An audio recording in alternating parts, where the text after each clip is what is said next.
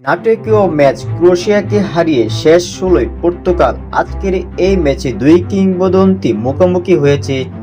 Luka বিদায় নিলেন আর Ronaldo এগিয়ে গেলেন। ক্রিস্টিয়ানো রোনালদো ও গনসালো রামোসের গোলে ক্রোয়েশিয়াকে ২-১ ব্যবধানে হারিয়ে বিশ্বকাপের শেষ ১৬ নিশ্চিত করেছে পর্তুগাল। ৫৩ মিনিটে ইভান পেরিসিচের গোলে পিছিয়ে পড়া পর্তুগাল ৬৮ মিনিটে রোনালদোর পেনাল্টি গোলে সমতায় ফিরে।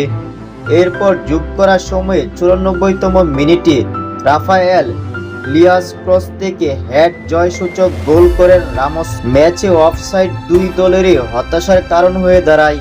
৬০ মিনিটে জালে বল পাঠিয়ে অফসাইডের কারণে গোল পাননি রোনালদো।